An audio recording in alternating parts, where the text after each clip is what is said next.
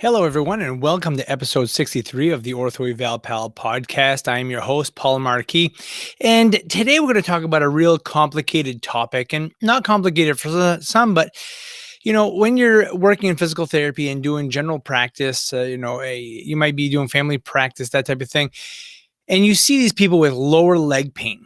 Okay, from the knee down, getting a lot of discomfort. And we see this in different people with different ages. But today we're going to be talking about chronic exertional compartment syndrome. And these are very tough to evaluate. They're very tough to treat. And like I said, usually you see this in very active individuals. Unfortunately, these individuals don't like to slow down too much, and they can be the most difficult to treat. And so, with that in mind, before we get started, I want to just take a second here and get a word from our sponsors. So just hold on with us, and we'll be right back with you.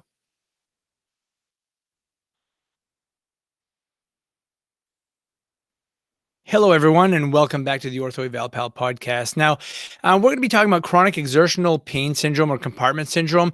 And this is, you know, kind of rare, but often missed. And many times people will be diagnosed with, muscle cramps, Charlie horses, and something to that effect. And so what happens is, most people will say, well, eat some bananas, drink some water, have some magnesium, and that'll take care of your quote unquote, calf cramping. But what happens is, we see these compartment syndromes in cross-country skiers, cross-country runners, and runners in general. And you usually see this in active individuals. If somebody comes to you and says, I have a lot of cramping at night when I go to bed, or I wake up and I have Charlie horses in my calves, those are generally not your heavy athlete who is working hard and exercising all the time. Those folks are having some calf tightness issues. That's usually the cause to Charlie horses. But people who have chronic exertional compartment syndrome will get this bilaterally. You'll have it basically in the calf muscles. It could be lateral calf, posterior calf. Sometimes you can get some anterior shin pain with this, and it can look like shin splints, but it's not really shin splints. It's usually bilateral. You usually see this in males more than females. Oftentimes, you'll get paresthesias into the foot or into the toes, but they don't generally follow a particular dermatome like an isolated nerve root compression problem would cause. Oftentimes, you'll see some foot drop, okay, or some dorsiflexion weakness. When they're walking, they're going to have a hard time holding that foot up, and they'll hear themselves slapping, especially after a lot of activity. I saw this in my son, and I saw this in a lot of other athletes who did cross-country skiing, especially in northern Maine. That is a sport that's very, very prevalent up here, and they work very, very hard, okay? And so we tend to see this with people who have flat feet. We see this in people who do cross-country skiing, more so skate skiing than those who do classic skiing, okay? And there's a reason for that. There's an excessive eversion component of the foot and ankle that causes that lateral compartment to compress and to get enlarged and hypertrophied. When it becomes hypertrophied, it causes a lot of ischemia. This is the blood flow just doesn't get into the leg very well, and you get a lot of compression, okay? They usually describe this as a severe aching discomfort. Okay. They'll notice some weakness, inability to pull the toes up or pull the tips of the skis up. And they'll hear this foot slapping. They get done this hard exertion. Okay. This hard exercise, usually of the legs, and they'll be writhing in pain. There's nothing you can do about it. You can't put ice on it. You can't stretch it out. You can't massage it out. It doesn't make a difference. It takes about an hour or so, and it finally settles down. Okay, just progressively, just kicking back and letting them rest. You'll see this more in people with pes planus. They'll complain of their calves getting really, really, really hard when this happens, and it can be very debilitating. It can be a game changer, especially for aggressive athletes. So something that's very, very hard to identify. Now, you need to make sure of a couple things. Make sure they don't have shin splints or medial tibial stress syndrome, and we'll be doing a talk about that. You need to make sure they don't have a radiculopathy coming from the back, causing them lower leg pain, and you need to make sure they don't have some sort of a popliteal artery occlusion. But the popliteal artery occlusion will happen with a non-weight bearing activity. So if they have an occlusion there, just like having a crimped gas line in your car, your engine is not getting gasoline to it, so therefore it's not going to run well. Well, a popliteal artery occlusion will present like that. And so just putting them on a bike will cause these symptoms in the legs and some ischemia there. But this is different. Now, how do you identify if somebody has a compartment syndrome? Well, usually it's a diagnosis of exclusion.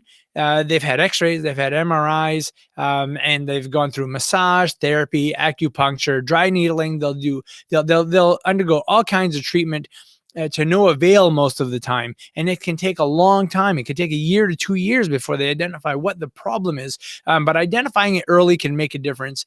And really the gold standard to identifying if somebody truly has a chronic exertional compartment syndrome, or CECS, is intracompartmental pressure testing. So they basically take a needle, put it in the compartments, and see what the pressures are. Usually you do this before exercise, and you do it a minute after exercise and then 5 minutes after exercise to see what the pressures are. Now, it's not technical that you understand how to do this test.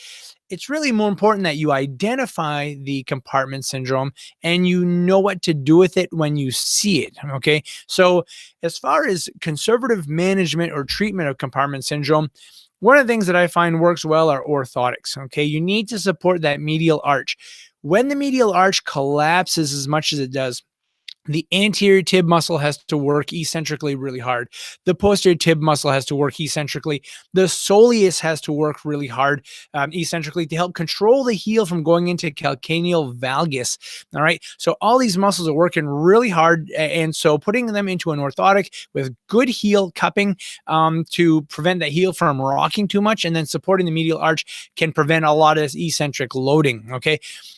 Working on strengthening of the hip abductors so that the knees don't collapse inward to contribute to this. All right. The other thing that we like to do is work on hip external rotation, and also do a lot of calf flexibility. I really am a big advocate of optimizing gastroc-soleus flexibility.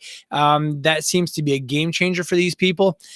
Something else that I have tried, and I basically tried this, like 10 years ago on a patient, and I was just experimenting. I said, you know what, I'm gonna give this a twirl, because we were just kind of hitting a dead end with this patient. She was able to walk 6 miles a day every day, and all of a sudden, within the course of a month, just couldn't even get a mile in, and had this severe aching in her legs, foot drop, paresthesias, the calves would get hard, all the classic signs of compartment syndrome. We put her in some real heavy compression stockings, and did excellent. Like the next day was able to go 3 to 4 miles. And then it wasn't but a couple days after that was able to get back up to 5 and 6 miles. So we do put people in compression stockings. Seems like if we can prevent the hypertrophy from happening and prevent the excessive swelling that comes with that, then that can be somewhat helpful. Now, something else that could also be beneficial is midfoot running. So if you're a runner and you have compartment syndrome, taking the heel strike out of the picture, so all these other muscles don't have to eccentrically load so much, can be helpful. Midfoot running can be very difficult. You need to train. I would do a lot of research on that. We do train some of the people in our clinic on how to do that, and we see a pretty immediate change in how they feel, not only with shin splints, but with compartment syndrome. And then the other thing I look at is their shoe. Okay, what type of shoe are they wearing? If they are a runner, let's say, and they are developing some compartment syndrome, maybe out on hard surfaces, take a look, ask them when the compartment syndrome started or when the symptoms started, and ask them about new shoe wear.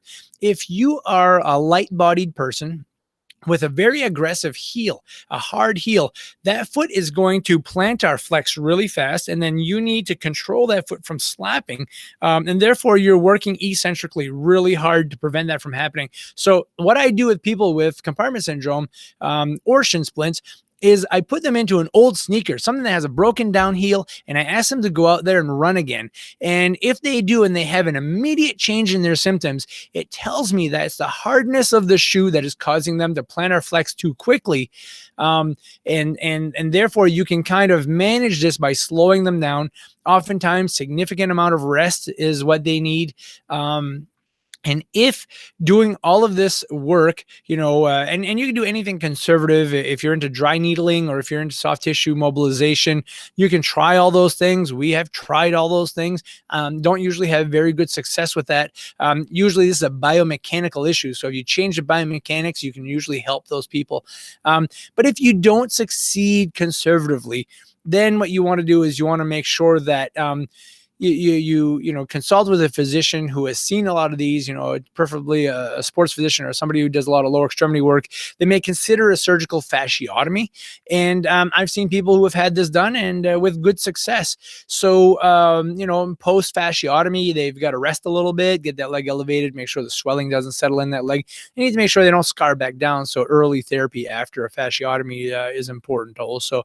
So, again, some of the conservative things: orthotics, calf flexibility, having a good medial arch supporters, a soft-soled, soft-heeled sneaker might be a little bit better, and then modification of activity can be very helpful. So if you want to take a peek at a video of a patient that I had who had a chronic exertional compartment syndrome, please make sure that you check out the links on the bottom of this page, and you can click on the link. You'll see this video and see how we managed it. I actually had a patient come in, and we videotaped him before, videotaped him after. You can see where the foot becomes really pale after. That's another sign they're not getting great blood supply down into the foot. They develop a foot slap and some paresthesias. And this is a really good one to watch. And so make sure you check that out.